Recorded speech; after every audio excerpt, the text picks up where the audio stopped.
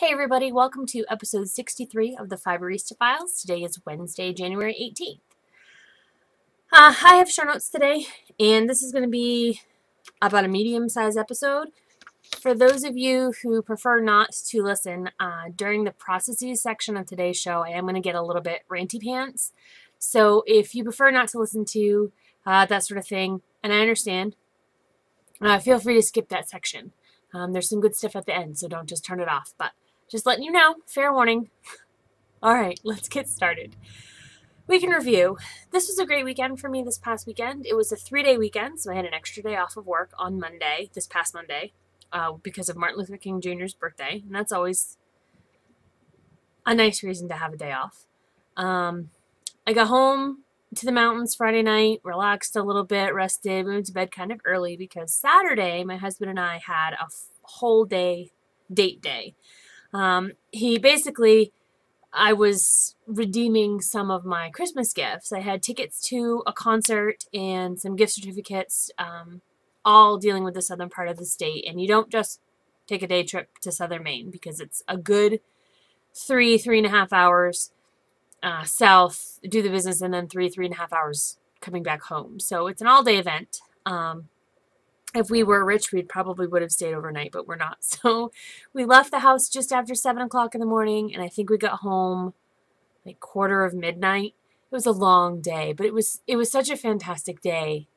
Like, you couldn't have asked for a better day. We left in the morning and drove down to Otis Field, it's right near the Poland Spring bottling plant. If you drink Poland Spring water, it's from Maine, and Otis Field is over there. It's like southwestern Maine. So we went down there and I picked up some fiber. I'm going to be showing you that fiber in just a little bit. I do want to say here that my fiber processor, Diane, is amazing. The stuff she can do with stinky, greasy fleece is incredible. And really, it's nothing short of magic. The woman is magic.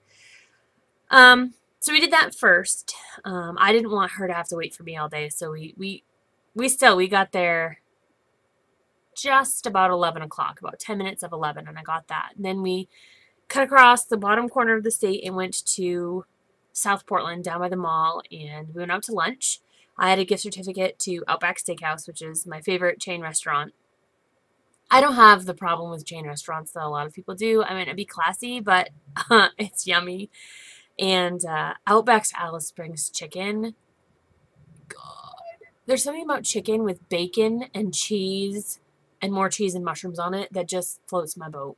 So we ate there, used my gift certificate there, drove north and went to Halcyon Yarns in Bath, which I've talked about before. Halcyon Yarns is where I bought that scurfy yak fleece, the yak that had dandruff in it that I haven't spun yet. I actually do enjoy Halcyon Yarns, and I'll talk about Halcyon more in the grabby hands. I'll show you what I bought, but it's always nice to go there. It's a huge shop, great big space in Bath. Then we went south again to Freeport, which is the home of LL Bean. If you've ever heard of LL Bean, you should also know their main company. Maine is where it's at. Poland Spring, LL Bean, like, you can't go wrong. Highland Handmades. Yeah. I have not had a pair of winter boots. I want to say it's going on 10 years. I have muck boots, which are not insulated, and I have hiking boots, which are not insulated. But I don't actually own a pair of winter boots. I live in Maine. It's cold 6 months out of the year. How have I gone 10 years without boots? Like, that's just silly. And if LL Bean is in your home state, and LL Bean is like the world's foremost outfitter, is that Cabela's tagline? That might be the Cabela's tagline. Anyways, LL Bean's amazing.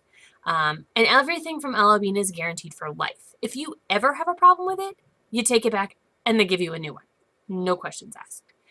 And that's forever. That's not just within the first 30 days. If your zipper ever breaks, I've had my LL Bean coat, my winter coat, for 11 years, and I've never had a button hasn't broken, a zipper hasn't had a problem, my Velcro still works perfectly. Like, they make quality stuff.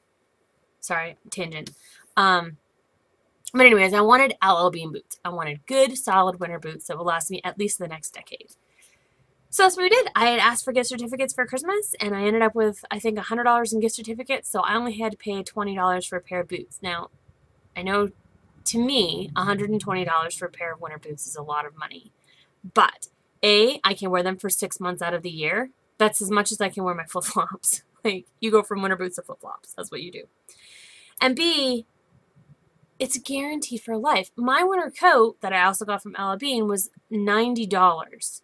I've had it 11 years. That's what, $8.75 a year? If you bought an $8.75 coat, you'd buy one every year. So to me, it's worth the investment. So we did that. And then Ella Bean's was packed. Oh my God, it was crazy in there. Oh, I also bought this. This isn't my Nalgene bottle. I've had the Nalgene for a while. But inside the Nalgene is one of the Nalgene, there's my heat, sorry. It's, what do they call it? I can't remember the name of it now. I call it the insert. Splash guard. Whew, there it is. It's a splash guard. And the only one Ella Bean had was a splash guard with a smiley face on it, which is pretty much the most adorable thing ever. I usually freeze a chunk in here. This is BPA free. I'm not hurting anything by freezing it. I freeze a chunk of water in here, and then in the morning I fill the top. So I have a huge ice cube in here throughout the day so that as I drink water, it's always cold. I'm thinking about cold water. And this way, when the ice cube hits the front, it doesn't splash water all over my face. So it's a lot neater. I don't think you should ever have a Nalgene without a splash guard in it. So I'm going to actually leave that open because I'm probably going to drink from that quite a bit.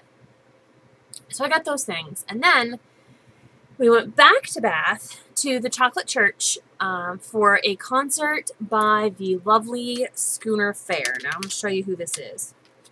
This is Schooner Fair. It's really glare because I've not taken the plastic off yet. They're two guys. They're two brothers. They are Chuck and Steve Romanoff. And they do New England folk music. It's not all New England. Like, they have some... Chuck, who's the short guy in the yellow shirt, spent some time in England, in that area, and so there aren't all specifically New England folk, but a lot of it is. They're a folk band. They have been on the soundtrack of my life my entire life. I grew up listening to Schooner Fair. My mom listened to it. I've been to concerts before. Schooner Fair is in the fabric of my being. When my husband gave me tickets for Christmas, I was floored. Like, he knew me well enough to know I love Schooner Fair. He knows I like to watch them in person, and I love to listen to them.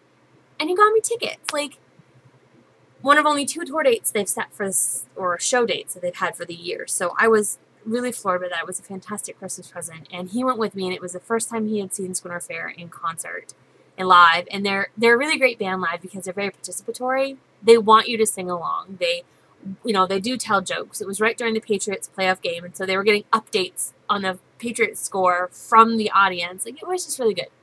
I think my husband and I were almost the youngest people there. Schooner Fair is really big with, like, the 60 and up set. But we got to meet them afterwards. They did a meet and greet in the lobby, and so I got to shake their hands, and they signed Finnegan's Wake, which is one of the CDs. They signed that for me. I bought this CD, which is Schooner Kids. They did a kids album.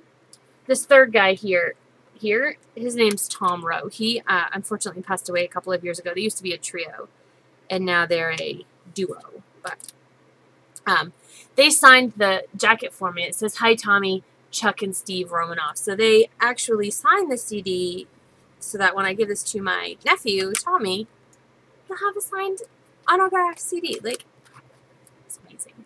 The concert started at 7:30. It went about 2 hours, and then we headed north. My husband drives all the time because I just pass out in the car, and I'm not the world's best driver, so usually he just drives. But he got to the point where he was so tired, and it'd been a long day, that we pulled off the interstate, and I got in and drove the rest of the way home, and I was like slapping myself and turning the heat off and trying to put the window down, put the window back up, and shake I was just exhausted. We were both exhausted. We slept pretty well that night, but it was worth it. It was a perfect day, and especially where we're not together as often as we were, as we have been, because I'm living down here now. It really, this is a bad analogy, but it really just sort of recharged our emotional batteries. We were able to spend some quality time together, actually have conversations, hang out with each other, you know, just be together. And my husband's my best friend. Like, not hanging out with him kills me. It's not, yes, the romance is important, but just the friendship aspect is something that I'm really missing out on now that I'm down here. So, unlike Katie, Jet Girl, 1313, I'm not going to get all emotional. But, yeah, like, I understand why she gets that way. It's hard to be apart. So, that was Saturday. Sunday, I did laundry and knit. And I'll share the knitting right now, actually. Now that I'm 10 minutes in and all I've done was talk about my weekend. Knitting. I have been knitting. I had very productive knitting weekend. I knit a pair of socks. Oh yeah, no, an entire pair of socks. I knit these. Now, they're on my sock blockers. They're actually much larger. This is the end of my sock blocker, and here's the sock, but this was the best I had.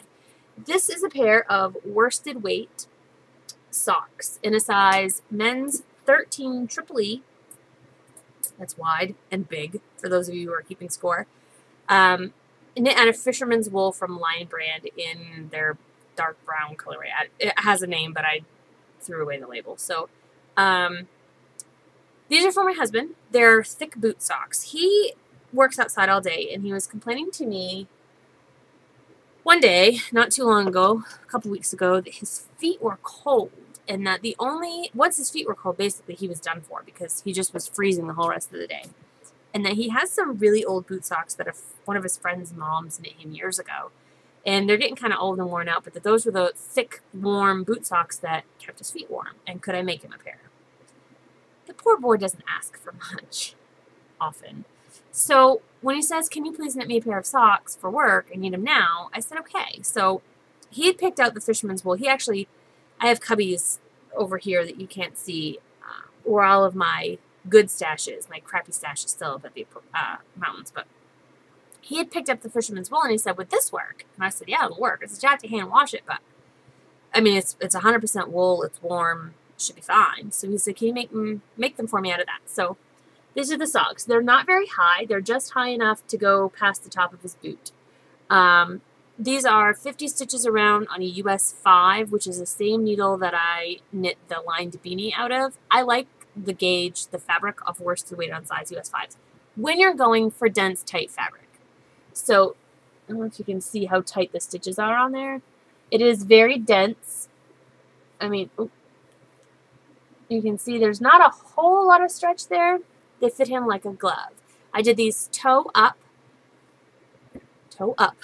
with an afterthought heel, which not an afterthought heel, that's wrong.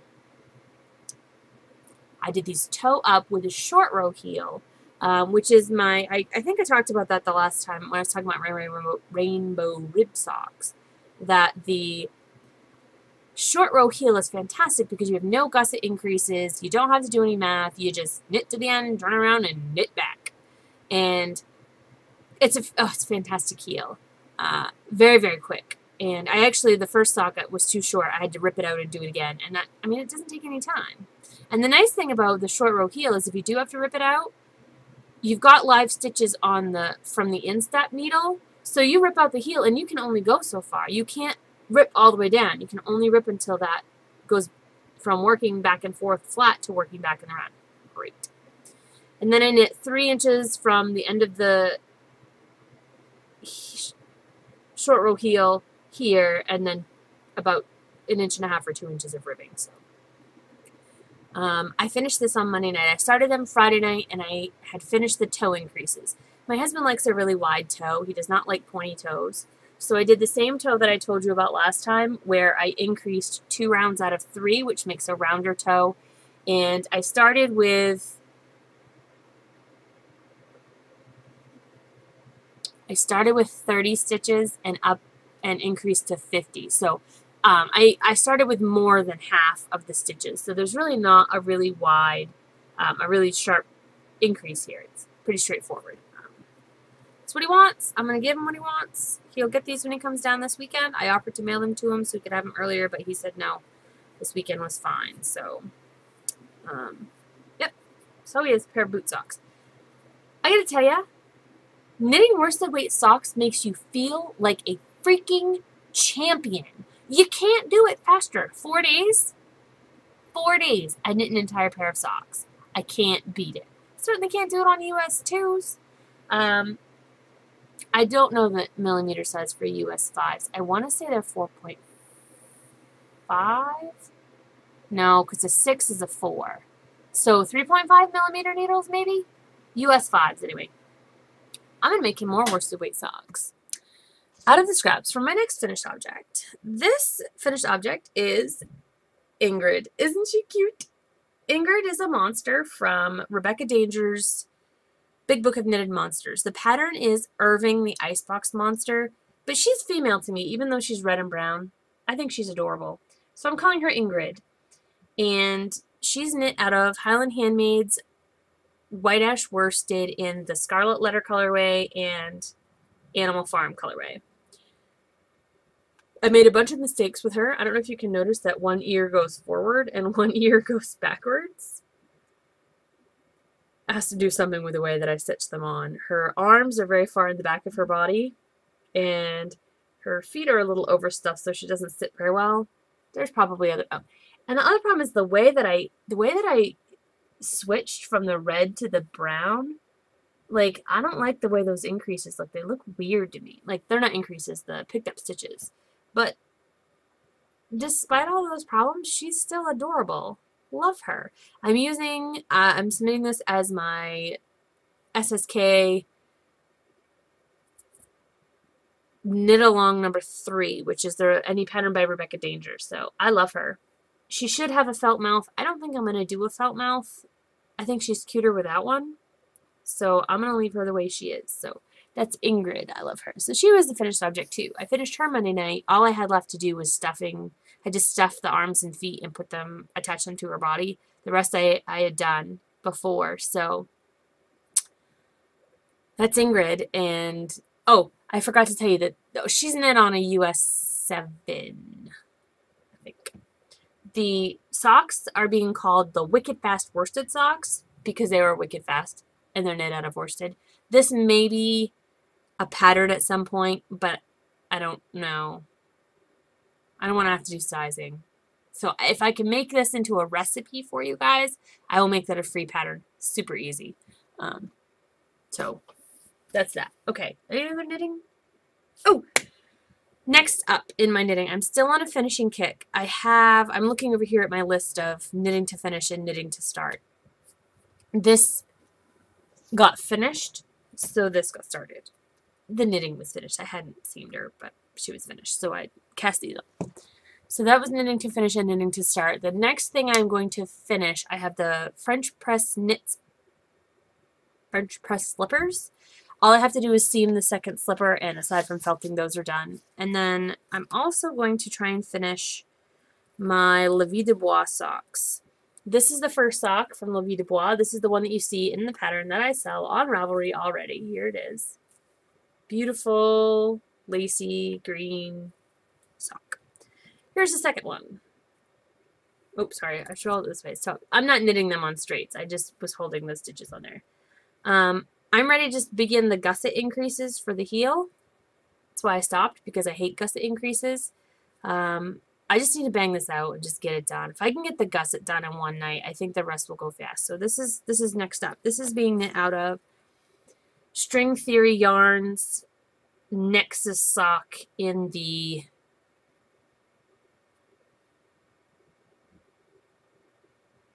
kelp colorway. I think it's the kelp colorway. Very rich, vibrant, saturated greens. If you're a rain lover right now, you are gnashing your teeth with envy. Haha, Sarah, I have green. So, it's my own sock pattern, making money off it. You'd think I could finish it. So, if I can get those things done this week, I will be thrilled with my knitting progress. Speaking of knitting, Highland Handmades is going to be participating in the very first knit along official doohickey. I will knit along with people, like I'm knitting along sort of with dramatic knits for the Even Star shawl, although he's called me a couple times on that. And I've knit along, like I'm doing the SSK knit along for the monsters, but I'm very rarely part of an organizer of a knit along, and I don't think I've had a single cow thread on my Highland Handmades Ravelry group at all. So this will be the first time I'm doing that. Starting February 1st, Melia Bella from Keegan Lane Yarns, Froggy Monkey from the Knitting in Circles podcast, and myself are working together to conquer our fear of the sweater. Now, it should be said that I don't believe Melia Bella has a fear of sweaters. She's the one that was encouraging Froggy Monkey on Plurk the other day to get over her fear of a sweater, and I'm just afraid of sweaters in general. I've started 2, and I've never finished any. I've yarned for a sweater. I just have to dye it and actually do it. I have the sweater picked out and everything, but something is terrifying me. So on February 1st, the 3 of us are hosting, and all of our in our own groups, the Knitting in Circles, His and Hers podcast, and Highland Handmades groups. We have threads in every group, and you're welcome to join us. If you are scared to knit sweaters, or if you've just got a sweater that you really want to knit, or if you have a sweater goal for the year, please feel free to join us. It starts on February 1st. There is no official ending date as of yet. If that changes, I will let you know. I'm going to be knitting the Dairy Raglan and Cowl from the New England Knits book out of some 100% superwash merino that I have to dye still. I'm looking forward to it. I'm looking forward to having some support while I go through this because I'm really good at not finishing sweaters. Not so good on the finishing aspect. If you'd like to join along, feel free to join any or all of those Cal threads. Just post in there what you're going to be working on. And I'm fine with double and triple dipping. I have no problems with that whatsoever. I'm going to be posting in the other people's groups. So everybody who finishes a sweater will be entered into a drawing for a prize from Highland Handmades if you're participating in my thread. I can't vouch for the other 2, but if you knit in my group and you post a finished object in that sticky thread, you'll be entered into a prize. I probably won't because I don't know if I'll finish, but I gotta say it's gonna be at least 6 weeks. Like, it's gonna be a while probably. So, yeah, it's called the. Look at my notes. Ain't Scared of Sweaters Knit Along. Ain't Scared of Sweaters Cow. So, information's on the blogs. Check them out. On the Ravelry group. Sorry, check them out.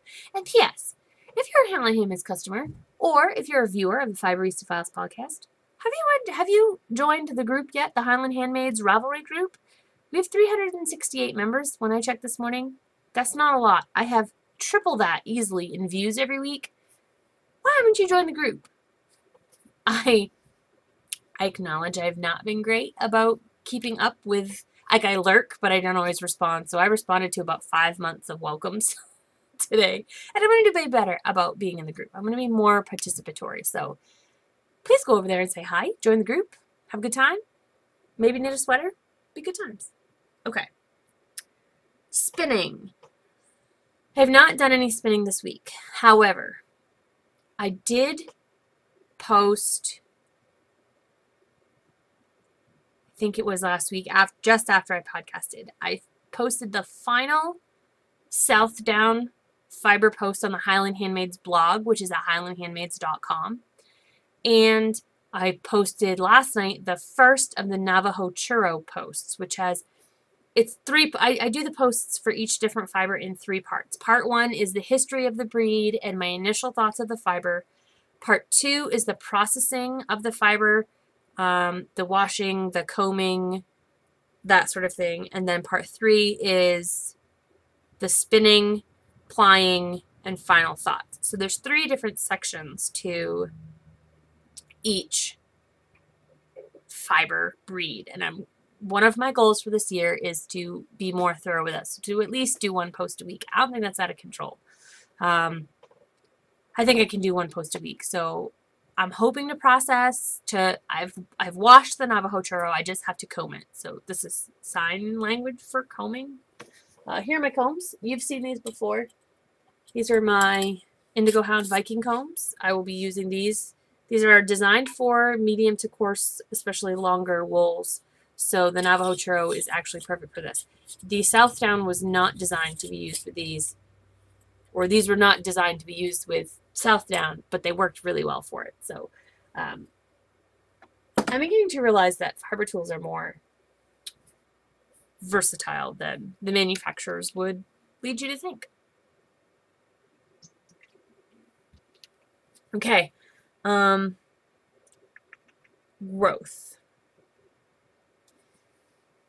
Two things about growth. I think one I might have mentioned, but beginning of the year, making some plans, setting up, trying to be better this year about keeping track of my documents and all of that. I need to make a decision about my Outright account. Up until now, Outright software is an accounting program which connects to my PayPal and does a lot of the work for me, is really automatic. The only stuff I have to enter into Outright is the stuff that comes directly out of my checking account. I have a business checking account, and like if I buy dies, I do them out of my checking account, not out of PayPal. So I have to physically enter the dies. When I get the invoice, I have to physically enter that amount. That's really not a lot of work because most of what I do comes out of PayPal. They track all my fees, they track my best customers, they check how much each person has purchased, percentages of what of my expenses, what percent is fees, what percent is shipping, what percent is cost of goods sold. They track all that, which is really great. The one thing the one thing Outright doesn't do is connect to my bank. If it would just connect to my bank, if they would just let me connect my bank account to Outright, it would be the most perfect software ever.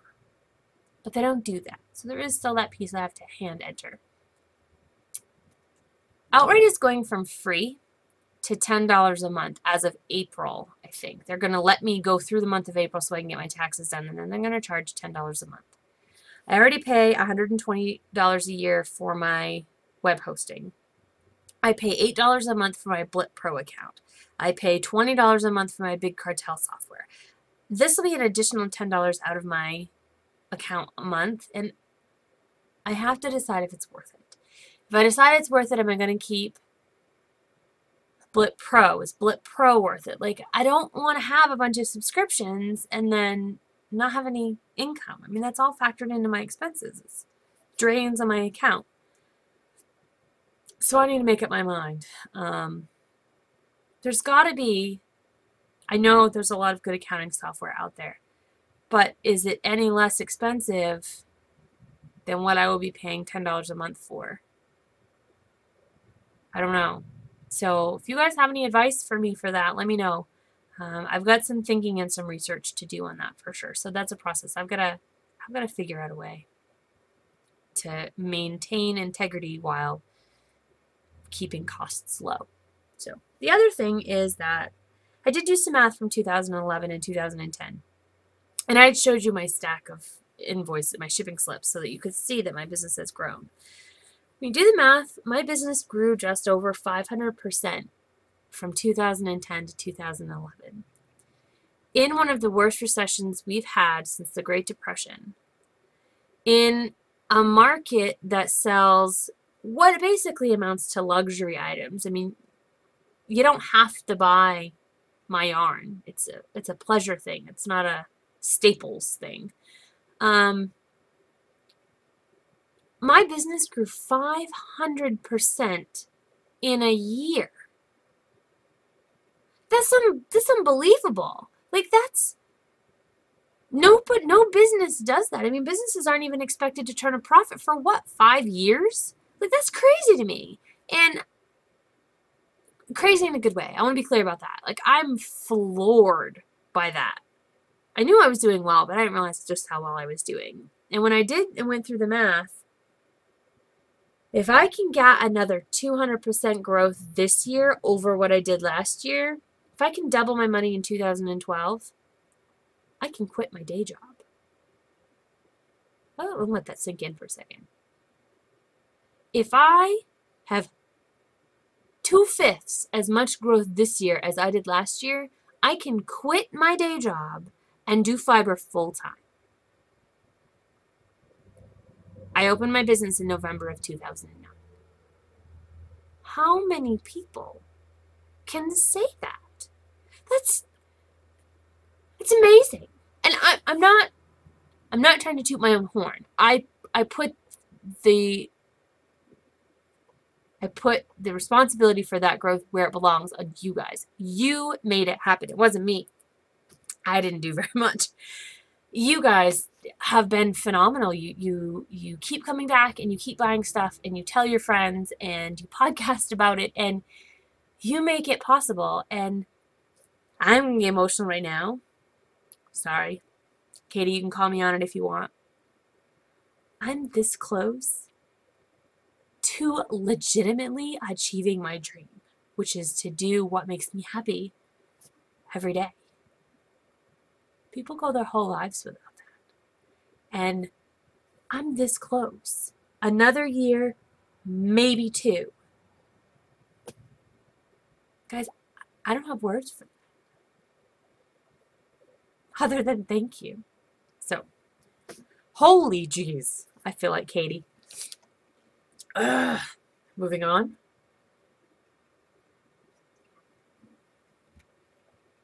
Oh, let's switch and be ranty, shall we? This is the processes bit. If you don't want to listen to the rant, just fast forward until my hands stop going. Okay. I saw something on Ravelry today, and it's something I've seen a million times, but I had kind of a rough day at work today, and I was annoyed anyway, and it just burned my noodle. And I have a big mouth. I've known that I've had a big mouth my whole life. My parents were sure to tell me that from about the time I could start to talk. I have a big mouth. So I can't not say something because I think it's wrong and unfair, and I would be a hypocrite if I saw it and did nothing, because I would be really mad if somebody did that to me. So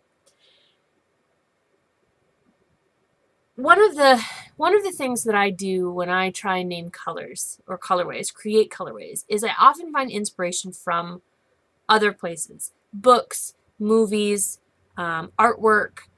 A lot of the times I get my inspiration from something else. There's nothing wrong with being inspired by something that already exists.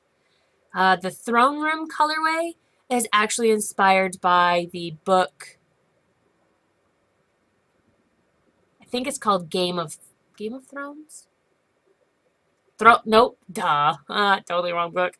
Throne of Fire. Throne of Fire is a book by Rick Riordan, who is the guy who wrote the Percy Jackson the Olympian series. Now, I can't call my yarn Throne of Fire, which I'll get to in a minute, but I can call it Throne Room, and the cover artwork is hot pinks and purples and golds, and it's in a room, and there's a throne, and it's kind of a fiery color, so I called it Throne Room. It's inspired by. You absolutely can name your colorways after stuff inspired by something that exists. Nobody's saying that's wrong. However, on Ravelry today, I saw a big banner ad that said, The Hunger Games Yarn Club. Now, I have no idea who's doing this. If you're watching me and you're doing this, I apologize for just throwing this at you, but you cannot name things and make money off of those things from somebody else's copyrighted material. It's wrong. The Hunger Games is copyrighted. It's a title of a book. If Suzanne Collins doesn't own the copyright, then the publishing company that she sold the book to does. You cannot make money off of the words The Hunger Games and be referencing that book. You can't do it. It's illegal. It violates copyright. Now, I know that people do this all the time. I myself use book titles in my white ash worsted line, but I work very hard at using titles from books that the copyrights have lapsed. After 80 years, or I think it's 8, it's right around 80 years. After 80 years, the copyright is invalidated. It's lapsed. After 80 years, it becomes common property. That's why there's so much Jane Austen stuff out there, because there's no copyright. You can say Jane Austen. You can say Pride and Prejudice yarn. It's not illegal. I have a Pride and Prejudice colorway. I have a Sense and Sensibility colorway. I have an Emma colorway. Anyway, I try very hard not to make money off of somebody else's stuff. Inspired by, fine. Common public domain is fine. Hunger Games is not fine. I love the Hunger Games. I had a colorway of fiberglass. update called The Chosen One that was inspired by the Hunger Games. But The Chosen One is A, not used in the book, off in those words, and B, is not part of the copyrighted title of that work. I was inspired by Katniss in the story, and that created the colorway. That's fine. You call a colorway bigger on the inside, that's a Doctor Who reference. That's okay. But you can't call it Doctor Who yarn. You can't do it. It's not yours to make money off of.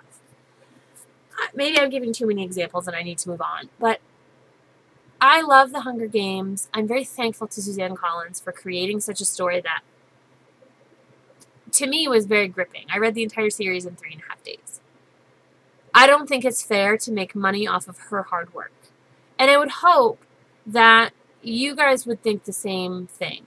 Now, that's not to say that the people who are doing these Hunger Games literal colorways are not awesome. It's not to say that they're not great. You can't do it. And I would like to think that I would not buy Harry Potter yarn unless it was approved by J.K. Rowling, who has maintained, she has kept the rights to all of her stuff. She did not sell the rights away, so I don't know why I know that, but all this to say, please be aware of people's rights as far as copyright. That stupid SOPA law that people are trying, that the government of the United States here is trying to pass, the Stop Online Piracy Act, is a stupid law, and it's going to cause, if it passes, is going to cause a lot of problems. But it comes from people stealing other people's crap. Stop it. Stop doing that. Please stop. And if you see somebody else doing that, I hope you'll say something. I'm saying it to you guys. I'm totally guilty of not emailing that yarn dyer and saying, this isn't what you're doing isn't okay. I don't know that the Hunger Games Yarn Club doesn't have permission by Suzanne Collins. If the yarn dyer who's doing that club has permission from the Suzanne Collins, the author, or from the publishing company to do that, I absolutely will apologize to her and take back everything I'm saying. But my guess is, because people are thinking, well, I just have a little yarn business and I'm not very important, it's okay. And it's not okay. It's why stupid things, legislation like SOPA, come to be in the first place. So that's my rant.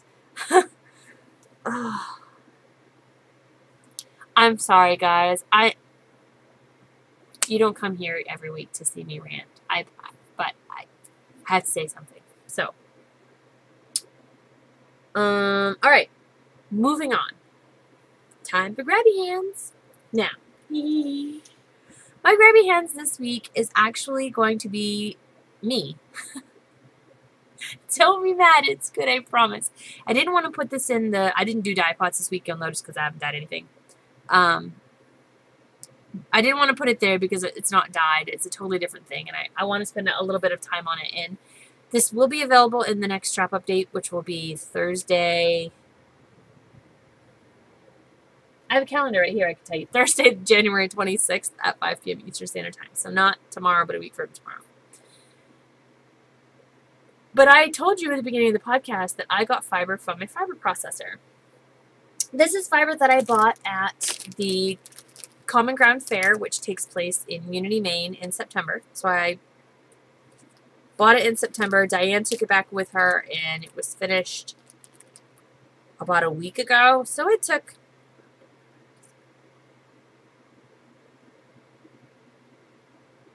October. Oh, 4 months to get these 2 fleeces back. That's a pretty slow turnaround time, but if you had any idea how busy this poor lady is, you would totally understand. And I'm not in any big rush. I get it when I get it, and I don't stress about it. What I have are I have 2 cards. Let me get it. The other one, I dropped one. Ooh. Sorry. I bought 2 baby doll Southdown fleeces. Now, this works out perfectly because I just processed the Southdown fiber that I got from the spinning loft and did it up, so I have some experience with Southdown. And now, you guys can reap the benefit of my experience because you can get your own Southdown fiber yourselves. It was totally accidental. I just saw a cute fleece and bought it, but what happens? The first one is, I had one processed into roving, and the other one I just had it washed. So the first one I'll show you is the roving. Now, this bag full, big, great big, huge bag, this is 2 ounces. This isn't 4 ounces. This is 2 ounces. Holy crap. This fiber is the springiest, loftiest, fluffiest, like, supercalifragilisticexpialidocious yarn I've ever seen. I mean, it's just incredible. Without drafting, without pulling the fibers apart, look how much stretch it has. I'm not drafting anything. No fibers are moving. They're springing right back to where they are. What is that, doubling in length? Crazy. And super strong. It's carrying, look at it. Oh, boing, boing, boing, boing. I didn't even know it would do that. This baby doll South Down is, it's a heathered ashy brown with some gray mixed in. I don't know how well you'll be able to see the colors there. That's pretty accurate. It's almost a translucent brownish gray mix. You can see there's a little bit of veggie matter left in, but overall this is an incredibly clean fleece. Compared to the stuff that I spun from the spinning loft, this is gorgeous. I'm keeping some of this. I cannot wait to spin it up. I did talk about when I processed the spinning loft stuff about how much give and sprawling and bounce the fiber has, because South Down doesn't have a straight one-directional crimp like this. It goes this way, and then it goes this way, and then it goes this way, and then it goes up. Like, it's a 3-dimensional crimp, which is what gives it that elasticity and sprawling. This is a very elastic yarn. Fiber. I cannot wait to try it. So this Baby Doll South Down is, the fleece came from the Salty U farm, which is in Kennebunkport, Maine. So it is a Maine fleece. It says it's brown/oatmeal. It's a fine wool, and I have the whole fleece raw was 4 pounds. I haven't weighed the whole bag yet. I have a gigantic bag. I've not weighed the finish weight. The South Down that I got from the spinning loft had a lot of lanolin in it, so I expect that I've lost some weight. I don't know how much, but this is 2 ounces. Like, that is crazy amount of fiber. I'll put a picture on the blog, maybe. No, you know what? I'll put a picture right here. That picture is how high up the 2 ounces was in the scale. Like, I weighed it to get this 2 ounces just to show you. And that's how high over the scale that 2 ounces went. It's very lofty. You cannot ask for a loftier yarn. So, there's that one. The second fleece I had just processed, just cleaned, just scoured. It has a much shorter staple length than this. The first one I just showed you has a staple length of about 2 inches. This has a staple length of about less than an inch, about 3/4 of an inch. It's very, very short. Diane wasn't sure she was going to be able to process it into roving, so I told her just to wash it and I would just sell the locks. The locks are what I spun from the sample. So it can totally, I've used it on the combs, but this is even shorter than that. This is a sample of the lock. Now I've spread it out a little bit so you can see, but this is the entire fiber length. This is long for the fiber. There's some, let me move you here. Come on, really? I have to drop it? That was the chair, not me. This is some of the longest of the fiber. It is a lighter gray color with a little bit of, teeny bit of tan at the tips and some darker hairs within. Let's see if I can show up for you guys.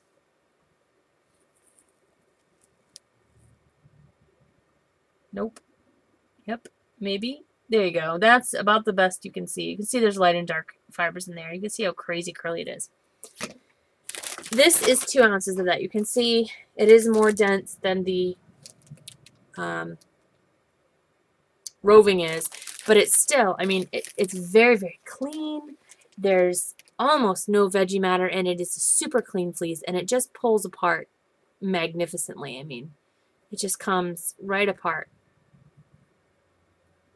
So I really am looking forward to spinning this too. I will spin up samples of each to show you guys next week so that you can kind of have an idea what the yarn will look like, and I'll share my thoughts with spinning from the lock and from the roving as well.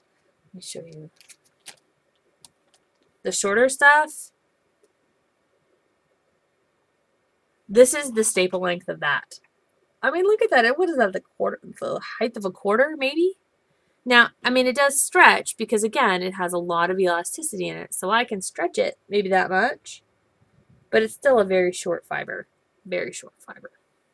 So I will let you know how that goes. Let me show you the close-up of the colorway. There is a little bit of veggie matter in here, but like I said, so much better than the stuff I got from the Spinning Loft.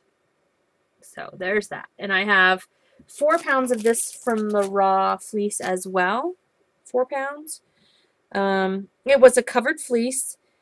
It says good staple length for breed, but I don't know about that. Good luster, also good for felting. And this is from, it doesn't say the name of the farm. It just says it's from Arundel, Maine. So Baby Doll South Down. And that it's a medium grade. So, hey.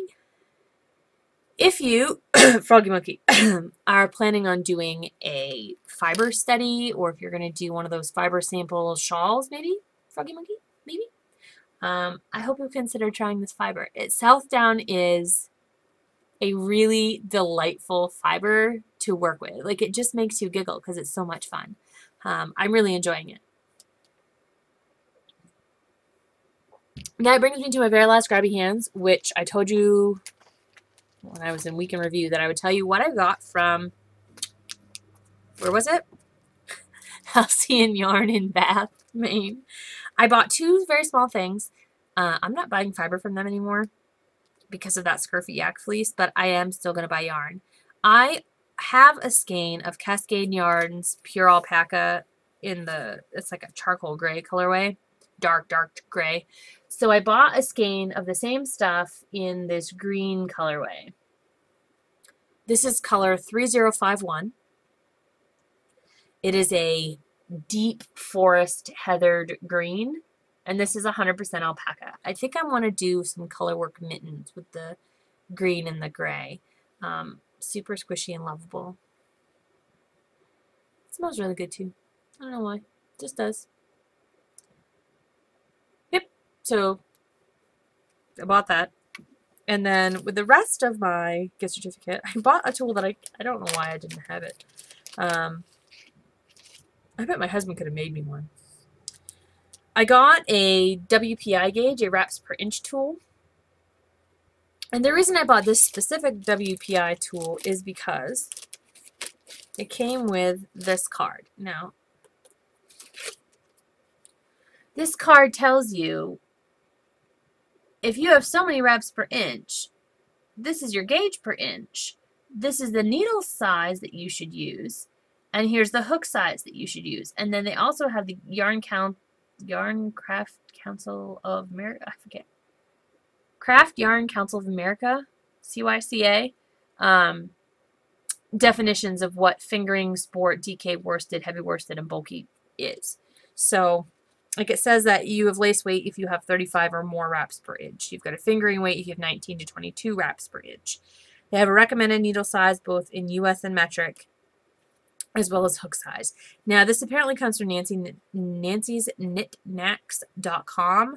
I probably should have checked to see how much it is at Nancy's Knickknacks because Halcyon Yarn is not known for having the best prices. Everything of theirs that I see that I know what the prices are like a couple dollars more. But I had a gift certificate. It's part of my Christmas present, so it didn't cost me anything, so I went ahead and got it. But this is $9.99 at Halcyon Yarn. Now, I don't know how much it is at Nancy's Knickknacks, but you should be able to get it. And it also comes with a keyring that you can put the keyring through the WPI gauge and the card, and you can keep it all together in one thing. So I will be doing that so that I don't lose it. So, yeah, that was the other thing I bought. I'll let you know how it works. That's all I have for this week. I didn't mean to go 50 minutes. I won't be surprised. Don't be surprised if I've edited some of the rant because I'm repeating myself a lot in that. So I'll try and cut it down for you. If you are looking for Highland handmade spindles, please do not despair. I have it on good authority that my husband is working on spindles this week, and he hopes to have them done in time for next week's update. He said that he has about 10 or 11 spindles of various sizes and weights for the next update. So if you've been waiting for a spindle, definitely check that out. I hope to have them to show you next week before the update. I better, because he's going to have to bring them this weekend if he wants me to get them in the update. So hopefully I'll have those this weekend for you to buy. So that's all I have this week. Thank you very much for your patience with me. Think about joining the knit along. Don't forget to sign up for the trifecta of Awesome Yarn Club Round 2. There are links to that everywhere. Sign-ups close Saturday night on the 21st. We'll be drawing names Sunday the 22nd. That's all I have this week, guys. So until next week, happy spinning and knitting, and thanks for tuning in.